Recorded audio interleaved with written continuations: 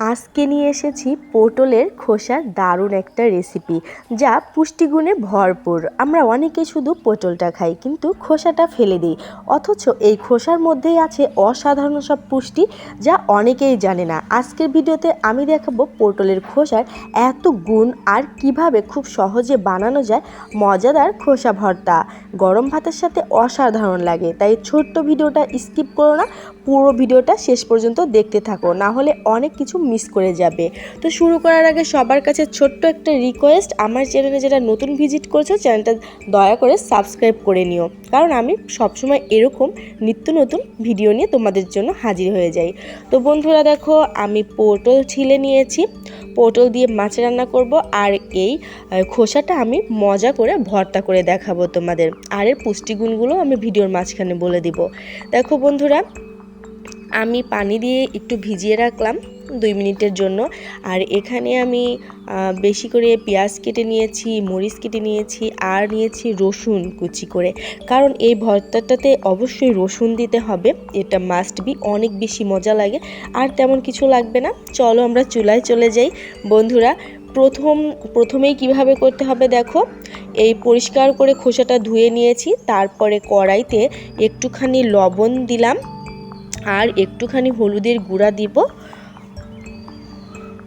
সামান্য পরিমাণে হলুদের গুঁড়া দিলাম, আর একটুখানি পানি দিয়ে ভালো করে খোসাটা সিদ্ধ করে নিতে হবে।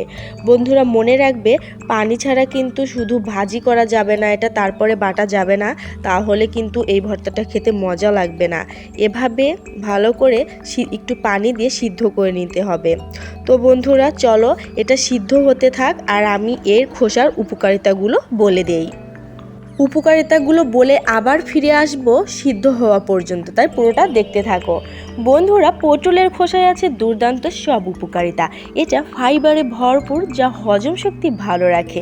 চামড়ার এই অংশে থাকে ভিটামিন এ, যা চোখের জন্য খুব ভালো।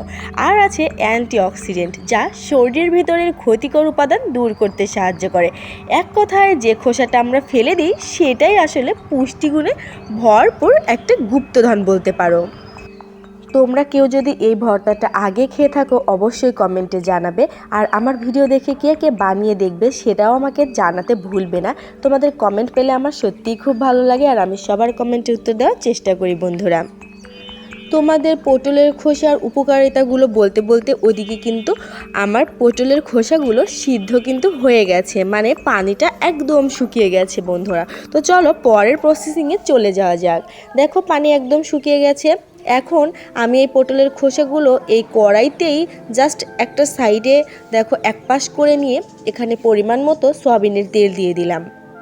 আলাদা করে কিন্তু তুলতে হবে না, কোনো ঝামেলা নেই, একদম সহজভাবে ভর্তাটা বানানো যায়।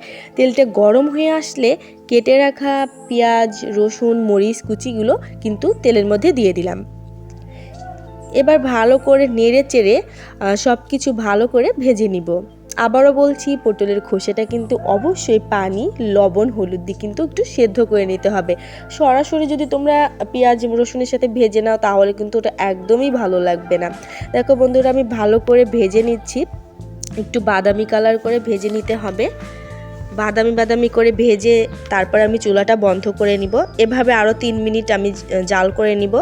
দেখো বন্ধুরা, 3 মিনিট পরে এই কালারটা কেমন হয়েছে, একদম কিন্তু হয়ে গেছে।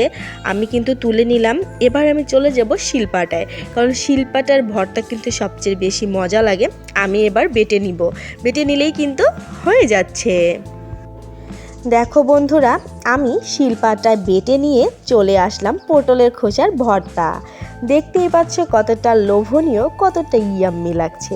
গরম ভাতের সাথে খেতে কিন্তু এর বিকল্প নেই। বাড়ির সবাই এমনভাবে খেয়ে ফেলবে যে তুমি কী ভর্তা বানিয়েছো তারা বুঝতেই পারবে না। সত্যি বলছি, স্বাদটা অসাধারণ। ভিডিওটা যদি ভালো লেগে থাকে তাহলে অবশ্যই লাইক দিবে, কমেন্টে জানাবে কেমন লাগলো, আর তোমাদের ফ্রেন্ড ফ্যামিলির সঙ্গে শেয়ার করতে ভুলো না। আর চ্যানেলে নতুন হয়ে থাকলে চ্যানেলটা সাবস্ক্রাইব করে নিও। আজকের মতো এখানে বিদায় নিচ্ছি। আল্লাহ হাফেজ।